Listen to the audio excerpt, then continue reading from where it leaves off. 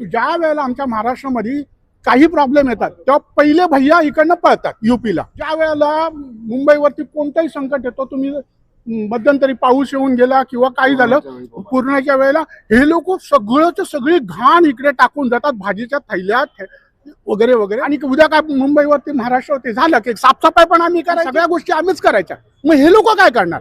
हे लोक फक्त इकडे येऊन दादागिरी करणार.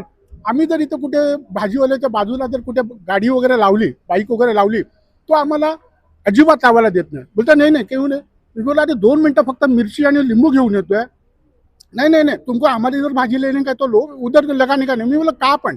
तर ते असं म्हणतात की नाही, या हमारा धंधे के ऊपर मतलब दुकान के ऊपर तुम गाडी लगाएगा तो हमारा गिराक टूट जाता. मी महाराष्ट्रीयन आहे, आम्हाला आमच्या रोडला गाडी लावायला नाही हा अधिकार आहे. हे केडीएमसी वाल्यांना अधिकार आहे, आरटीओ वाल्यांना अधिकार आहे आमची बाईक उचलायला. पण जर असं मला कोणी रस्त्यामध्ये इधर नाही लगाने का भाजी उधर नाही लगाने भाजी, आणि ह्यांना काय अधिकार दिला? आता मी मध्य प्रदेशमध्ये जाऊन आलो, कोणी मराठी बोलायला तयार नाही, सगळे त्यांच्या मातृभाषेमध्येच बोलतात, हिंदीमध्ये. मग आम्हाला आमच्या मराठीमध्ये बोलायला अधिकार नाही का महाराष्ट्रामध्ये? आणि मला सगळ्या लोकांना असं सांगितलं की तुम्ही मराठीच बोला आणि यांना मराठी बोलायचा अधिकार द्या.